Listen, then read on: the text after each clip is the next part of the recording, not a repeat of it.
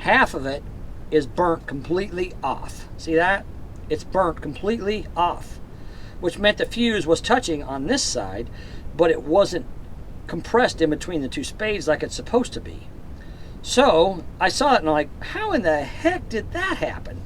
That thing is literally burnt completely. I mean, there's not even a piece of it in there. It's completely gone. It's like disintegrated. And I'm like, you gotta be kidding me. So I'm looking at this thing and I'm like, man, this is crazy. So I pull the fuse box out and I turn it upside down, and on the bottom of it there's all these copper, probably up here you can see it pretty good. You can see this copper bus bar running across right there. So you got these copper bus bars that run all the way across the bottom side, and that's your hot. Okay, then you got individual ones like this one over here that is the other side of the fuse that goes to whatever, you know, device that it powers. So what I did, and when I got to looking, and this side here that's still intact is the bus bar. This side over here was where the pink and black wire goes to power the ECM and the ignition.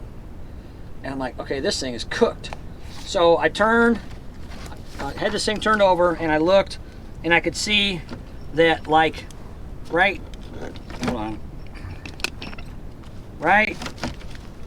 there in the corner, there's a little terminal that's not being used as part of the bus bar. It's 12 volts. So I took that pink wire, I plugged it in right there, and guess what? The freaking thing started. So the whole problem the entire time was this pink and black wire that goes to the ECM was burnt inside the fuse box, and I would have never ever guessed it. The only reason I found it was because I was checking for voltage, and the voltage, when I kept checking it on this side of that fuse, would jump. It would be 0 one time and 12 volts the next, 14 volts, back to 0, and I'm like, what the heck's going on? And I pull it out, and it's like, holy crap. I took a pair of pliers and jerked this thing out of the back side of the fuse panel, and there's what you get. You get a freaking half a fuse spade. So how do you fix this? Well, that's where the $2.50 comes in. So here's what I've done. Okay, here's my $2.50 fix. All right, here we go. $2.50 fix right here. $2.25 plus tax. An inline fuse holder. That's all I needed. And I bought a new fuel pump. I bought a new fuel pump relay. I bought a new oil pressure sending unit. I bought a new ECM.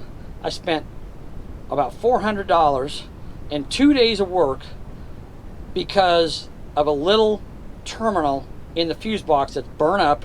It would have cost me, if I'd have figured it out right away, it cost me $2.50 to fix. So here's what I do. Here's how you